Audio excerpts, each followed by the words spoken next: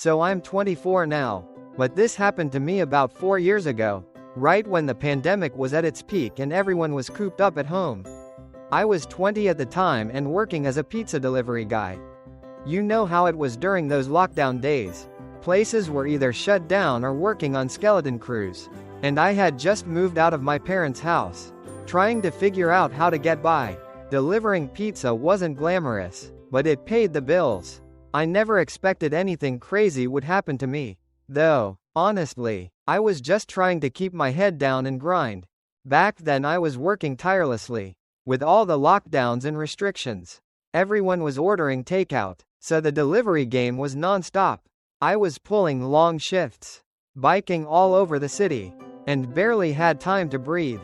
That was the life of a courier back then. You didn't have much choice if you wanted to survive, especially with rent and bills piling up. So, I didn't think twice when this one particular delivery came through. I mean, I had done 1,000 deliveries by then. So what could be different about this one? Little did I know this one would be burned into my brain forever. It's the kind of thing you don't talk about with just anyone. But now I feel like it's time to share it. It was mid-October, one of those cold, rainy autumn days where it feels like the chill is seeping into your bones. I'm pretty sure it was somewhere around the 13th or 15th because I remember the leaves were all turning. But the streets were a mess from the rain. I was out delivering on my electric bike, and if you've ever worked as a courier, you know the pain of forgetting to charge that thing. The moment you realize it, it's like a pit in your stomach because you're going to be late. I was already soaked to the bone, feeling the rain on my face, and I hadn't even hit the halfway mark of my shift yet. Anyway, this particular order came in from a luxury residential complex.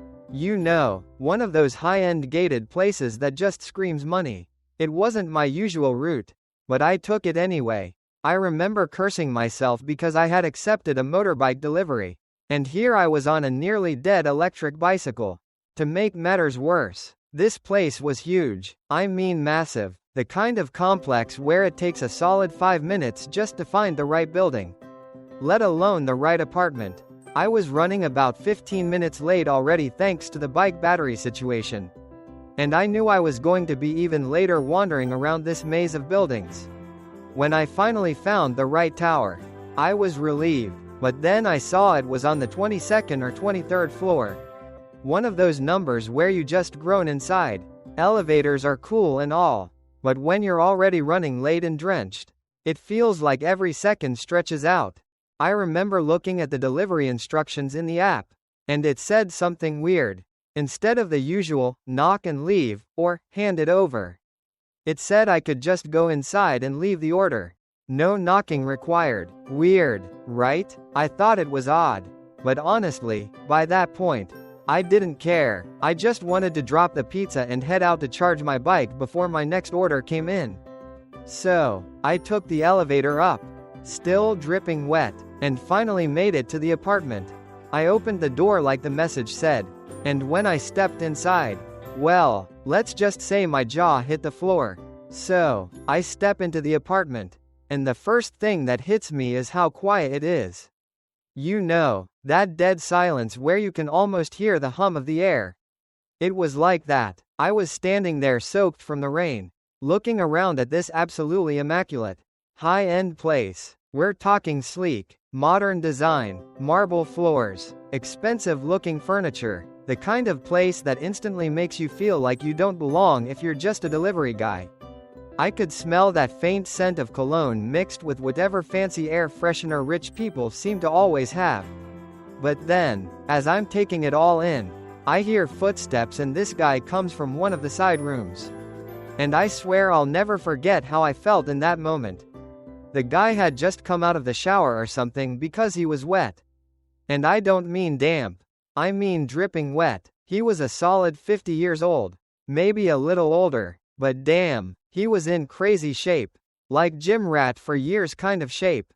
Pumped up, broad shoulders, chiseled abs, thick arms. He looked like he spent every day working out. And it showed. He had this silver fox thing going on. His hair still slick with water. And he was only wearing white underwear, which, of course, was tight enough that you could see pretty much everything. The guy, who I later found out was named David, didn't even seem fazed by the fact that he was standing there in his underwear. He greeted me casually, which made it even weirder because I was the one feeling all awkward. I was standing there with my hat still on, pizza bag over my shoulder, dripping wet like some drowned rat, while this Adonis of a man just calmly walked over to me. And then it hit me. I was late, really late. I had totally forgotten about the pizza being cold at that point. But suddenly it rushed back, and I was hit with this wave of guilt. Like, here I am standing in this guy's apartment, 20 minutes late with a soggy pizza, and he's not even mad. I figured my tip was as good as gone. So, I start fumbling, trying to take off my hat and bag, apologizing like crazy. I was already expecting him to tell me to get the hell out or something. But instead, he just smiled, a weird appraising kind of smile, like he was sizing me up for something. He walked over to grab the pizza from me, and in that moment, I realized he wasn't just looking at me like I was the pizza guy. His eyes lingered on me in this way that made me feel like I was part of the meal. He took the pizza into the kitchen, casually mentioning that he had a microwave to warm it up, which kind of saved me from more apologies, I guess. But then he told me not to leave. He didn't say why, just that I should stay put. Now at this point, I was confused, and yeah, maybe a little curious too. I figured, okay, maybe he's going to give me a tip and wants me to wait while he gets it or something. But then he comes back with a $100 bill in his hand. I remember my heart literally skipped a beat when I saw that cash because dude, $100 for a cold pizza delivery. That's insane. I've gotten tips before, but nothing even close to that. I thought, okay, maybe this guy's just super rich and generous. But then he said something that completely changed the vibe. He looked at me with that same strange smile and said I could still make amends for being late and get that $100. At first, I didn't really get it, so I just asked, like an idiot, what I needed to do. I didn't think much of it. My brain was still catching up to the whole situation, the weirdness of being in this luxury apartment with a half-naked, wet guy offering me a $100. But then he leaned in a bit, and I could feel the tension in the room shift. He didn't need to spell it out. The way he looked at me said it all. Suddenly it was crystal clear what he meant, and I swear I felt my heart start racing. I don't know what came over me. Maybe it was the exhaustion from working non-stop, or maybe it was just the sheer intensity of the moment. But something in me just gave in. I was standing there. The guy, who I later found out was named David, didn't even seem fazed by the fact that he was standing there in his underwear. He greeted me casually, which made it even weirder because I was the one feeling all awkward. I was standing there with my hat still on, pizza bag over my shoulder, dripping wet like some drowned rat, while this Adonis of a man just calmly walked over to me. And then it hit me. I was late, really late. I had totally forgotten about the pizza being cold at that point. But suddenly it rushed back, and I was hit with this wave of guilt. Like, here I am standing in this guy's apartment, 20 minutes late with a soggy pizza, and he's not even mad. I figured my tip was as good as gone. So, I start fumbling, trying to take off my hat and bag, apologizing like crazy. I was already expecting him to tell me to get the hell out or something. But instead, he just smiled, a weird appraising kind of smile, like he was sizing me up for something. He walked over to grab the pizza from me, and in that moment, I realized he wasn't just looking at me like I was the pizza guy. His eyes lingered on me in this way that made me feel like I was part of the meal. He took the pizza into the kitchen, casually mentioning that he had a microwave to warm it up, which kind of saved me for more apologies, I guess. But then he told me not to leave. He didn't say why, just that I should stay put. Now at this point, I was confused, and yeah, maybe a little curious too. I figured, okay, maybe he's going to give me a tip and wants me to wait while he gets it or something. But then he comes back with a $100 bill in his hand. I remember my heart literally skipped a beat when I saw that cash, because one minute I was just a pizza guy battling the autumn rain on my e-bike. And the next I was in this luxurious apartment, caught in an intimate moment with a fit, handsome man who seemed to radiate confidence. There was a part of me that was still processing everything, questioning whether I was dreaming or if this was some kind of bizarre fantasy. But as soon as I felt David's warm, strong hands gripping my hair, that doubt evaporated. This was real, and I was right in the middle of it. The sensations overwhelmed my senses. Every touch felt electric, sending shivers down my spine. The feel of his skin was warm and slightly damp against my hands. And it was intoxicating. I could feel the power in his body, every muscle taut and alive. My hands moved in instinctively, exploring the contours of his thighs, the solid mass of his calves, and the way his body responded to my touch. It was a strange mix of submission and dominance. Each touch was a silent conversation, a push and pull that left me breathless. Every time I glanced up at him, I caught that look in his eyes. The blend of lust and surprise mirrored my own feelings. It was like we were both in uncharted territory, figuring it out as we went along. I could see the appreciation on his face, a grin playing at the corners of his mouth, which only fueled my desire to pleasure him more. I was hyper-aware of my every action, wanting to make the moment last, wanting to give him everything I could. His breathing became heavier, each inhale a reminder of just how real this was. The sounds of the apartment faded away, leaving just the two of us in our own world, cocooned in a bubble of heat and tension. I could feel the softness of his skin beneath my fingertips and the strong, steady pulse of his body. It was a dance, an interplay of control and surrender. And I was fully committed, lost in the throes of this unexpected experience. The more I worked with my hands, the more I found my own body responding to the heat of the moment. My palms slid over him, each touch igniting sparks of electricity, and I reveled in the knowledge that I was making him feel good. There was something powerful about knowing I was the one bringing him pleasure. It was intoxicating, the thrill of the situation, the connection between us, and the intimacy of the moment all collided in a beautiful chaos that I didn't want to end. My palms glided over his skin, fingers tracing the grooves of his muscles as I worked my way up his legs. Each movement deliberate, yet instinctive. There was a rhythm to it, a beat that matched the pounding of my heart. The weight of his body, the heat radiating from him pulled me deeper into the moment. I could feel the tension in his muscles tightening under my hands. And it drove me wild. I was fully caught up in it, lost in this mix of desire and disbelief. In those seconds, I forgot everything else, the rain, the pandemic, the exhaustion of my day job. Okay, now let's finish with the, well, I hope you enjoyed my writing and artistic abilities. So, there I was on my knees in front of this guy, fully committed to what I was doing. It was like I had flipped a switch in my head, and all my usual hesitations were gone. The room was warm, his breathing was heavy, and I could feel every little movement he made. I was so focused on him, on how he was reacting, on how his body was tensing and relaxing as I worked. I had no idea I'd be in this situation when I woke up that day.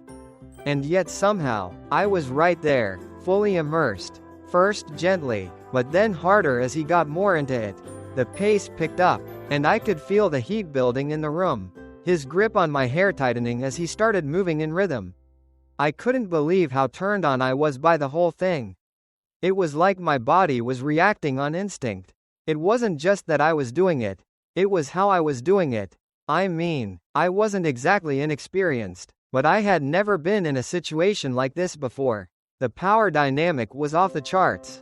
He was sitting there, this huge, muscular guy totally in control, but at the same time, there was this undeniable attraction between us. It wasn't just about the money anymore. It was about the moment. The heat, the tension, the feeling of being completely taken over by something way bigger than myself. He was gripping my hair tighter now, not hard enough to hurt, but just enough to let me know he was in charge. The sound of his breathing filled the room as I kept going, each exhale growing rougher, deeper. I could feel the pace picking up, his body moving with a rhythm that matched mine, and the way he leaned back, his abs tensing and flexing with each movement, it was almost hypnotic. There was something about seeing someone so powerful in that kind of a vulnerable moment that really got to me. His hand on my head started to guide me more forcefully, his hips lifting slightly off the couch as he set the pace. I wasn't even thinking at that point. Everything was automatic, instinctual. My hands were on his thighs, feeling the solid muscle beneath his skin as he moved. I could sense he was getting close. The way his body was tightening up, his grip on my hair becoming more insistent. I remember this strange mix of nervousness and excitement bubbling up inside me. But I was too far into it to stop. And then it happened. He reached his peak, and I could feel it building before it actually hit. His whole body tensed, his muscles tightening in this powerful way as he released. The next few seconds felt like a blur. There was this intensity in the air, like time had slowed down for just a moment. And then, as quickly as it started, it was over. I felt the warmth hit my face. And yeah, I wasn't exactly prepared for that. But it didn't even matter. Afterward, he slumped back into the couch, breathing hard, and I sat there for a second trying to process everything. My heart was still pounding, my face flushed from a mix of physical exertion and the sheer intensity of what had just gone down. It was like the room had its own pulse, the energy still lingering in the air even though we had both come down from the high. I didn't know what to do next. I mean, it wasn't like this was some normal situation where you shake hands and say thanks. I was still on my knees, wiping my face with the back of my hand, unsure of what to expect. But then something surprising happened. Instead of just telling me to leave or tossing me the cash like I was some kind of transaction, David reached down and pulled me up to my feet. I was expecting something cold or detached, but he actually leaned in and hugged me. And not in that awkward, thanks for the service, kind of way, but a genuine, soft hug. His arms were strong around me, and for a moment it felt kind of comforting. Like despite the rawness of what had just happened, there was still a sense of connection. It was weirdly intimate in a way I hadn't expected. He held me there for a few seconds, his body still warm and a little slick from earlier, and then he pulled back and told me to follow him to the couch. I was still a bit dazed, but I did what he said, sitting down next to him. My mind was racing, but at the same time I felt strangely calm. Like yeah, this had just happened, but it didn't feel wrong. It felt natural in a weird way. Maybe it was the exhaustion from the rain and all the late deliveries. Or maybe it was just the sheer intensity of the situation. But I was kind of riding this high. Both mentally and physically. He laid back on the couch, stretching out, and then asked me to give him a massage. It wasn't a demand, more like a request, but with that same energy of someone who knows they're going to get what they want. I was still processing everything, so I just nodded and got to work. I moved down to his legs and started kneading the muscles there. His body was insane, like every part of him was sculpted. I could feel the tension in his legs as I worked, my fingers digging into the tight muscle. And it was kind of therapeutic. Not just for him, but for me too. He groaned softly as I worked, telling me that I had magic hands or something like that. And honestly, I didn't even care if it was flattery. I was getting paid, and on top of that, I was in this weirdly satisfying situation that I didn't want to end. His body relaxed more and more under my hands, and I felt like I was in some sort of trance. The whole thing was surreal. I never expected this kind of thing to happen in real life. Especially not to me, a pizza delivery guy just trying to get through the day. And yet here I was massaging this rich, hot, older guy after, well, you know, life's funny like that. After a while, he shifted slightly and looked at me with this lazy, satisfied smile. He reached into his pocket, pulled out a couple more $100 bills, and handed them to me. $200 for what? Half an hour of my time? If I'd been blown away by the $100 tip earlier. This was on a whole new level. It wasn't just the money though. It was the whole experience. I felt like I just unlocked some hidden part of life that no one tells you about. Like, yeah, it was unexpected, but in a good way. I'd do it again in a heartbeat. No question. He asked for my number before I left, and I gave it to him without hesitation. I knew right then and there that this wouldn't be the last time I saw him. I mean, $200 for a massage and, well, everything else? You'd be crazy to say no. As I got dressed and gathered up my things, I couldn't help but feel this weird sense of excitement bubbling up inside me. This was the start of something, even if I didn't know what it was yet. I left his apartment feeling like I had just stepped into a whole new world. And you know what? I was ready for more. Here's part 5, wrapping up the story with a focus on the aftermath, reflections, and hints at what's to come. Let's dive into the conclusion. So after everything that went down, I stepped out of David's apartment feeling like a completely different person. It was as if I had crossed a threshold into this wild, unexpected reality. I was still buzzing from the intensity of the moment, trying to wrap my head around how one delivery could turn into a life-altering experience. I mean, who would have thought that my mundane job as a pizza guy could lead to something so exhilarating? The rain had stopped, and the world outside felt oddly vibrant. It was like the colors were brighter, the air fresher, and every sound sharper. I could barely contain the excitement swirling inside me as I hopped back on my electric bike. I felt a mix of adrenaline and disbelief coursing through me. I couldn't stop thinking about David, his body, his presence, the way he had looked at me with that smirk that hinted at something more. And the money, $200 for a short encounter that had felt more intimate than anything I'd ever experienced before. I mean, I was just a pizza guy, right? I'd never imagined my nights could end up like that.